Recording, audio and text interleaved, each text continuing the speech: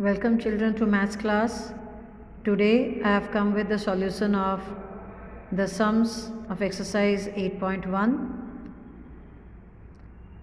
We are going to do question number 2.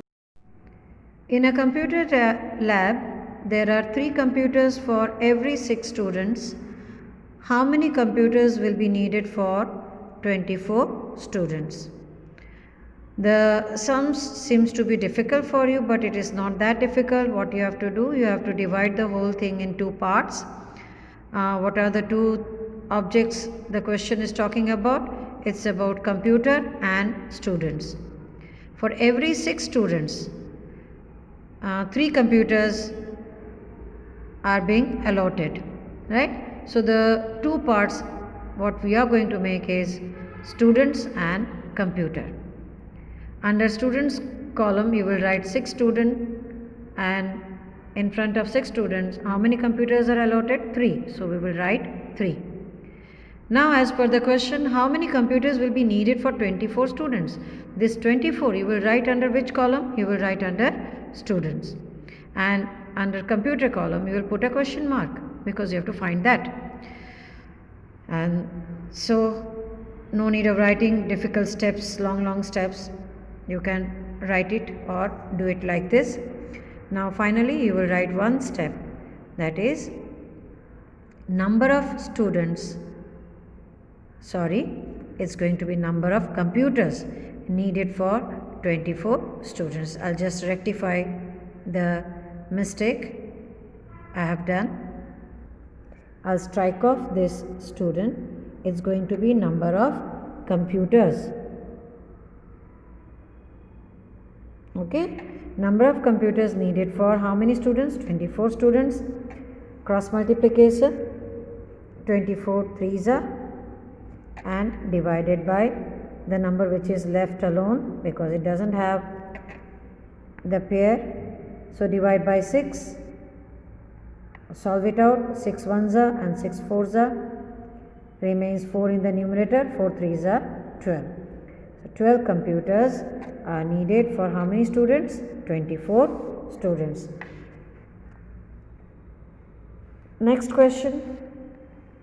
Population of Rajasthan is given to you 570 lakhs, and population of UP, Uttar Pradesh, is given to you 1660 lakhs. Population of both the states given.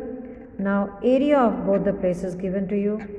Area of Rajasthan is 3 lakh kilometer square. Total area of Rajasthan given 3 lakh kilometer square, and that of Uttar Pradesh is 2 lakh kilometer square. This is area. Don't get yourself confused. 570 lakhs is the count of population, people, and here 3 lakhs kilometer square is the area covered or area of the given 2 states.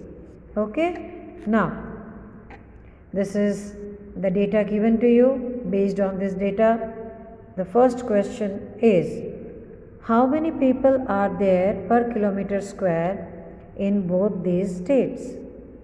What you have to find out? You have to find out people, it is population, and per what? Per the area given, per kilometer square. Okay, so 2 parts. Either you write area and population or you write kilometer square and population. Okay, I would better mention it area in bracket kilometer square and population in lakhs. So in case of Rajasthan, 3 lakh kilometer square, so you write 3 lakh kilometer square, and what is the population? 570. And what you have to find? You have to find out population of Rajasthan per kilometer square. So here we write population per kilometer square is equal to 1 into 570, that is 570, divided by 3, you get 190 people. So this is the population of Rajasthan per kilometer square. Same way you have to go for Uttar Pradesh, population per kilometer square. What is the total population is 1660, and total area covered is 2 lakh kilometers square. So 1660 divided by 2 will give you 830 people. This is how you calculate.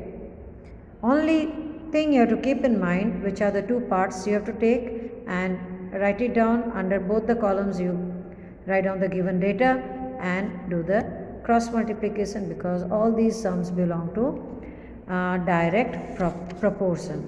So cross multiplication you have to do and find out the answer. Let's move on to the next part of the second question. Which state is less populated? From the given figure you can tell Rajasthan 190 and Uttar Pradesh 830.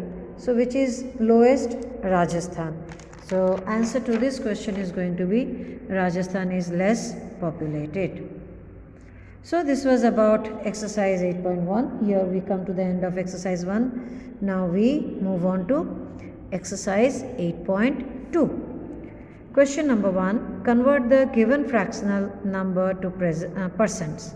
You have to convert the given fraction into percentage form. To convert the given fraction in percentage form, what you have to do is you have to multiply 100 with the fraction number. So percentage of 1 upon 8 is nothing, 1 upon 8 multiplied by 100, and then 100 ones are 100, and when you divide you get 12.5 percentage. Similarly, move on with the next number, 5 by 4. 5 by 4 is multiplied with 100. 425 is 100. So we have 5 into 25 gives you 125. So on cancellation, when you find out the reduced form, it's nothing. 4 ones are and 4 goes here, 25. Left is what? 5 and 25 that you multiply. So is the answer 125 percentage. Similarly, carry out the calculation. 3 upon 40 multiplied by 100, 30 by 4. On dividing you get 7.5 percentage, and here you go with 2 upon 7 multiplied by 100, 200 divided by 7. On dividing you get 28.57 percentage. So converting fraction into percent, you have to multiply 100 with the fraction number, and whatever answer you get on simplifying, that will be in percentage. Okay. So here we come with question number 2 of exercise 8.2. Convert the given decimal fractions to percent. In the previous question you have converted a fraction into percentage.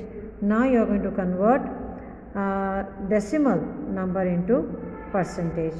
What you have to do is you just express the decimal in fraction form, and as you know, in the case of decimal numbers, when you write it down in fraction form, you have either 10, 100 or 1000 in the denominator place. If you have 100, then it's very simple. As you can see here, 0.65, that is equal to 65 upon 100. Why? Because 2 decimal places are there. So to convert decimal into fraction, what you do, as per the count of the decimal places, you are going to put zeros in the denominator place. That is, if one digit, just like this, after one decimal point you have one digit, that is, it is carrying one decimal place. So to remove the decimal point or to convert decimal number into fraction, what you do, you will put whole number with 1 0, that is, you will write 10. 21 divided by 10, because one decimal place. So 10 you will take in the denominator place. Your 2 decimal places were there, so I took 100 in the decimal in the denominator place. So now you can write directly, it's 65%. Okay, 65 upon 100, that's equal to 65%. Right? Now see, this can be done in another way also. I'll write it down here. You might be wondering that in the previous sum, to convert the given fraction in percentage you multiplied 100, then why not over here? So I have logically used it upon 100 means that's equal to 65%. Otherwise you can do it like this. I have expressed this in fraction form. Now I will multiply 100 to it as per the rule. So 100 gone, and that's equal to 65%. Similarly, it's 2.1, and how do you express this in fraction form? It's going to be 21 upon 10, right? And that, on converting into percentage, you will multiply 100 to it. So here 21 upon 10 multiplied by 100. So 1 0 gets cancelled, remains 21 tens are. So that's equal to 210%. Okay, and here you can see 0.02, that's equal to 2 by 100. Either you write directly using the logic 2%, because 2 upon 100, 2 out of 100, that is 2%, or as per the rule calculation, 2 by 100 multiplied by 100. For converting into percentage, 100 gone cancelled, and that's equal to 2%. Okay, और उसी तरह से आप यहाँ पे देख लीजिए, इसको भी हम कर सकते हैं इस तरह से. क्या करेंगे? The decimal number converted into fraction, and now converting into percentage, nothing, multiply 100, and so you get 1235%. So you saw two different methods of solving it. Okay.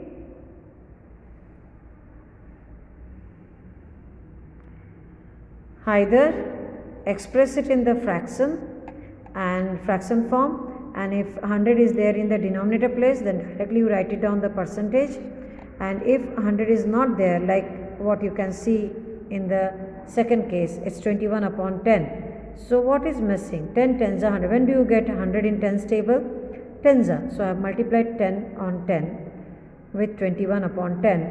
And so I got 210 upon 100. Now I can express this in percentage form. So it's 210%. Or like this, 21 upon 10 multiplied by 100. And so the 10 gets cancelled, and 21 tens are 210. So both the methods I have showed you in this video. Hope you have understood. But in the PDF I have only given you this part. This part is not expressed. So if you want me to send you again, then I will do it. I will just take out the PDF of this, pick of this video, and then send it to you. Okay. So till I come with a new video, goodbye.